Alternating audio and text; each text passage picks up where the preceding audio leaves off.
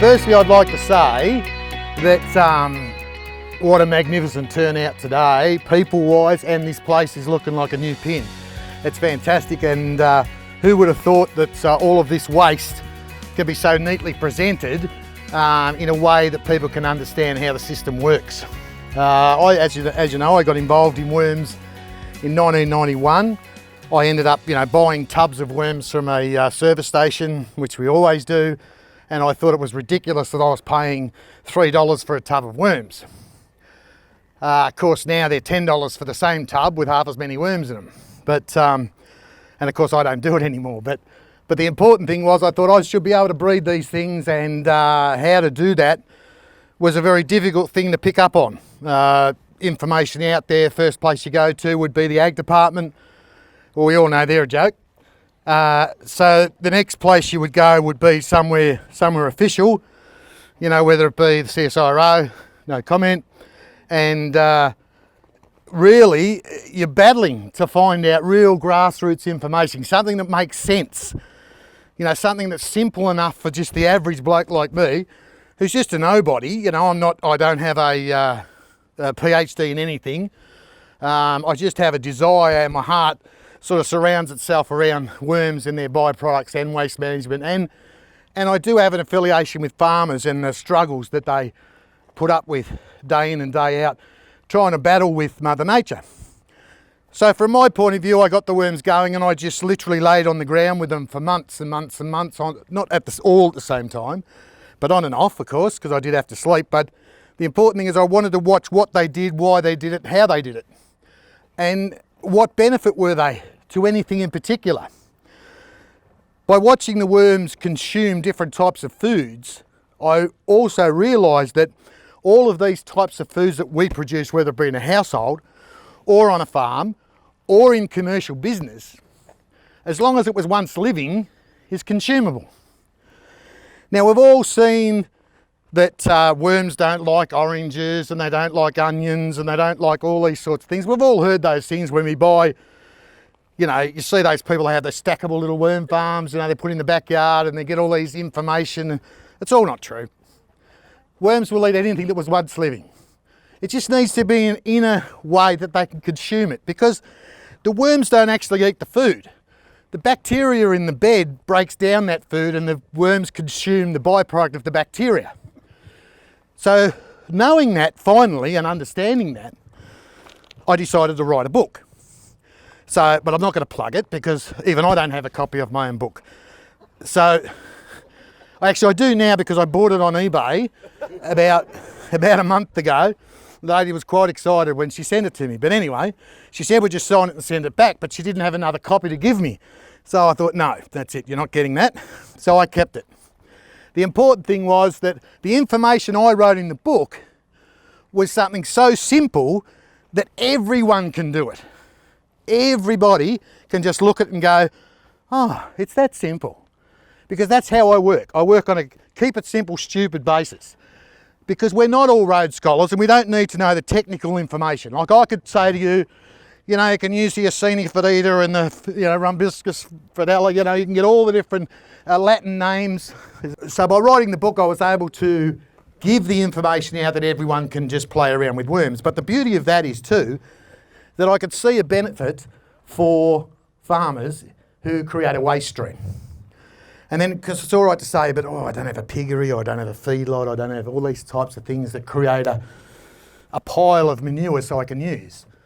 But what about, remember the old forage harvesters we used to have years and years ago? You used to see these forage harvesters that everyone gave away as a boat anchor, right? Well, they're fantastic for chewing up stuff and picking up stuff and just putting it in piles. Well, that plus your manure, plus anything from the dairy, plus anything from the piggery, or anything you want to scrape up around the place, including all your papers or your cardboard, anything that was once living, can go into a system, and normally you would then say compost it. Because we spoke with Joel today, and he loves to have his big compost rows, and that's great, but it's a technical system. Very difficult to get it right, and if you get it wrong, it just ends up a big pile of yuck. So the problem you get is that with worms, we could do it in a cold system. So it's all cold. There's no heat involved at all. It might get a little bit hot when it's brand new or fresh, but ultimately, once you mix and batch it, wet it down, it stays cold.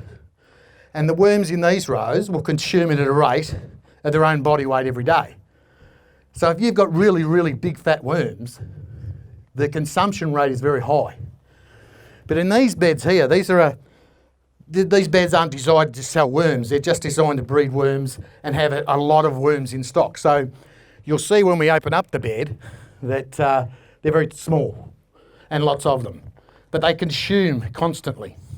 And by consuming, what they're doing is they're mixing and batching all of those materials far better than any machine known to man can do.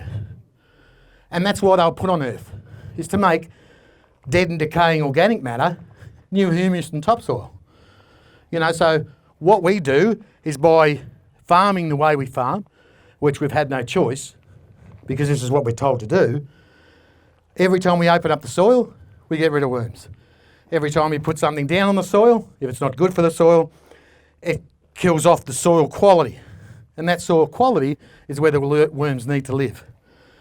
Now, if they don't and can't live there, then you've just lost a huge part of the quality of your soil. And ultimately end up farming on rocks. Okay, so what I've come up with is this system here, in a sense. It started off like this. And of course, Graham has now refined it, and it's a pretty technical system now that gathers the liquid from the system. Now, I'll just correct everybody by saying that worms don't wee. Okay, let's clear that up. They don't wee, and you don't squeeze them, so you don't get the juice. All right? So the moisture you get out of the system is the moisture that gets put into the feed, or belongs in the feed, whether it be the urates. But at the same time, the most important thing, which we'll show you very shortly when we move from here, is that you have a mucus that's coated around that worm. And that mucus averages out at, based on the feed content and quality, at about 72 billion microbes per square centimetre. Now, if you were to put that into your soil, what are you going to do? You're going to liven that soil up, you're going to release nutrients to your plants. The beauty of being plant available is that your plants can take it up as it requires it. And what have you done? All you've done is get rid of your waste. So, from my point of view, I thought these systems are important for farmers, but at the same time, once NutriSoil poked its head up with Graham, the biggest problem, as you'll see very shortly, is you have to send truck and dogs in to get the castings to spread over your paddocks. Well, at 250 tonne and 250 kilograms per acre, it's a bit much to be carting around. It's a very expensive business. So the best way to come up with was the liquid. And at 5 litres to the hectare is a huge difference. Very easy to buy, very easy to use. And it does exactly the same thing. Now, a lot of people say to me, but what makes it different? You can buy what they call a castings or vermicast tea, which means someone's got castings, they've just churned it and churned it and churned it, turned it into black liquid, and it's great, it'll grow veggies, no ways, it'll grow anything. But you don't get the mucus. The mucus is the most important part of this system, and that's probably the secret part of the system, is how to actually extract that mucus, because we don't individually grab each worm and wipe it off. We get that just through the system because of the way the system's been developed. That I'm not going to tell you, because to be honest with you, I've got no idea. Because what Graham does here, he won't even tell me. It's not hard for me to work it out, but I'll leave that for you guys to work out. The important thing is, the worms that live in this system are exactly the same worms as I used to buy when I went fishing. And that's the most important thing. Very simple, very easy to get, and very easy to multiply. And if you want to do your maths, if you got 100 worms and they double their quantity every 8 weeks, which they will do quite comfortably, because in each egg, and we'll show you some eggs in a minute, in each egg you'll get anywhere from 2 to 20 babies. Each worm produces an egg. So each worm is both male and female, but it needs a partner to breed. Worse luck. I've been married 38 years, and seriously, I would have rather come back as a worm. All right, but she's not here, that's all right. But then some would say that's misogynist, all right, but I just think that's about being safe. Anyway, the important thing is these both produce an egg, and anywhere in those eggs, anywhere from 2 to 20 babies, and they will exponentially double their quantity every 8 weeks.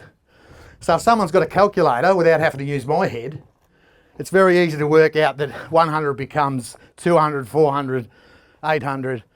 Then they start working it at 4,000 per square foot in your bedding, 4,000 per square foot, and then they will stop at 4,000 per square foot. They'll stop themselves because the food source is running out, and they'll shrink. So the minute they start shrinking, they're telling you straight away, we have to feed them, we have to change them, we have to change the bed, this is a bed full of castings, we need to do something. So once you refeed them, you end up expanding the amount of food available to them, and they'll instantly grow again and start breeding. That's what they do day to day. They assess their area and fill it. That's their job. These are not soil species. So in this case, these are purely compost worms. And they'll only stay in this environment. Unless you've got a big pile of food out here and it rains for 2 days, your worms will always stay there. All right? Different types of worms will move. Like if you've got a soil species will move through the soil. They've got a big nuggety head, you know, a bit like a kiwi. And they'll straight through the dirt. All right? Straight through the dirt. They'll go everywhere. These things, very soft. And they keep to themselves. And they like to live in this environment. Now that you all understand how to breed worms, how to understand worms and what they look like, we'll come down and we'll just wander down here if we can a little bit. These are all bedrun worms. You don't have big fat worms in this system. This system is here purely to produce castings and worm numbers through the profile. So here's a breeding pair here. It grows great fingernails too, trust me. All right? There's nothing worse.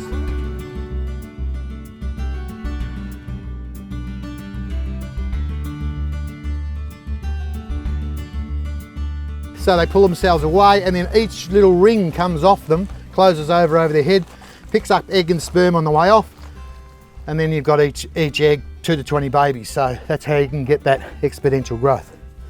But the thing is that they must have a partner. They must always have a partner to breed. That's the important thing, because they do swap eggs and sperm. You know, that's the important thing.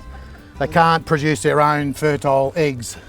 See, the beauty of this too, remember, if you say you get a row like this and you think, gee, it's a hot day, it's 45 degrees, there's nothing worse than putting water on it. Because all you do is heat the water up. This is cool. You know, 6 inches under, it's cool. Never changes. It's like a concrete slab. Never changes once it's covered. You know, 3 degrees tops. So these always stay cool. So if you water it, you're only going to wreck it. You'll send it backwards. Well, soil species are very different, right? Now, I'll tell you this story for what it might be worth. We had a very intelligent entomologist, right, from the CSIRO one day decided to get a whole gather of farmers from the Western Districts and take them over to Tasmania to dig up these U-Butte worms and then bring them back to the Western Districts and plant them in their paddocks. Hey? Well, no, they weren't the A-longa. The A-longa's only Gippsland, you only find those. These were probably 4-inch long worms. They weren't the 1 metre long worms down in Gippsland. But the important thing was, you can't put worms in ground that's not good enough to support a population of worms. You know what I mean? So he took the money off all the farmers and they killed the worms. So soil species are soil species, but they're relevant to the soil they live in. You know what I mean? So you've got to be really careful. Vermicast and or high biological liquid solution will improve your soil. And once your soil's improved and you've got growth, you've got cover, you've got carbon, then you get worms. All right? And then they'll come, because trust me, they're down in sedimentary rock. There's that many different types of worms in the world. These species we use here are all European. They came with the old the ballast of the old ships years ago. You know what I mean? And they are the most dominant species in this country. You see, you get your trapezoides. You know the one that gets on the path after it rains, commits suicide? Trapezoides. Yeah, that's a pain in the butt, that one, because it just makes a mess. And there's not enough birds now to eat them. You know, when you plough your paddocks and you used to have the crows coming behind and the magpies coming behind eating your worms, They don't do it anymore, do they? No worms. All right, those days are gone, unless you've got good soil, yeah? Because you're creating feed every time you turn it over. You can see it falls, so it drains to the lowest point. It goes into a collection. For collection, we spray back over. So you're now recycling it and building up the mucus levels of the liquid, right? Now, when I say building up the mucus levels, it ends up with a viscosity, right, like an oil. Okay, but it's not an oil, but it's like an oil. Okay, so those with clean hands, or we can wash your hands now, but we're going to go over here. I want to show you what the viscosity is all about.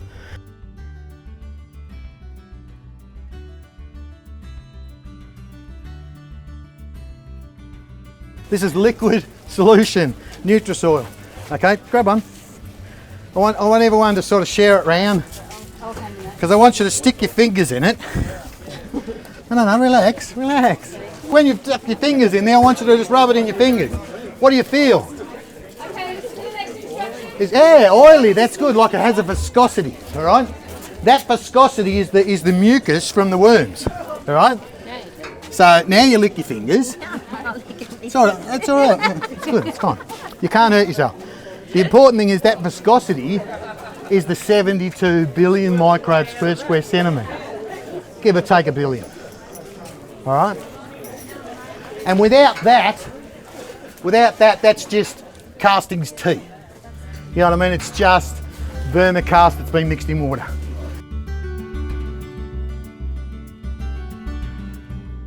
Vermicast, yeah, that's byproduct. Someone said years ago, how long does this stuff last? Well, we had an old stinky old drum sitting out the back for ages, years and years and years, and used it and was still just as good as the day it was put in there. So the important thing is it has no life as such, because what happens with especially aerobic bacteria, in a wet environment, it goes dormant. So it just locks up like a brine shrimp. You know, you got these little tiny sea monkeys, it just locks up, yeah? When you open it up, aerate it and wet it down again, off they go. So you end up with all your bacteria just growing and multiplying again. All right, and that's the beauty of this type of business.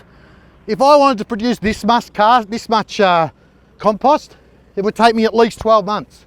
Just imagine being able to put this out at 200 kilograms to the acre. Beautiful. But who wants to cart it? You know what I mean? Megabucks. This bloke's going to Mildura. This is the bloke that pelletises that's in the bags over here on the other side of the shed. He's the bloke that pelletises it. All right? So we get some lousy figure for it and he makes a fortune. But it's a byproduct for us. You know what I mean? Unless we value add it, what's the point? You know what I mean? Gets it out the way, gives us more room to work. And our main adventure here is to produce NutriSoil. So the important thing is NutriSoil is the value added product from waste, which then helps every other farmer that uses it. It gives them opportunity and it gives them a way to see a future on their farm. It's something I believe in passionately. It's something Graham believes in passionately and his family believes in passionately. And it's something that I'll always help with and always help anyone who wants to improve their ground. I thank you very much for today and let's hope we enjoy the rest of the day.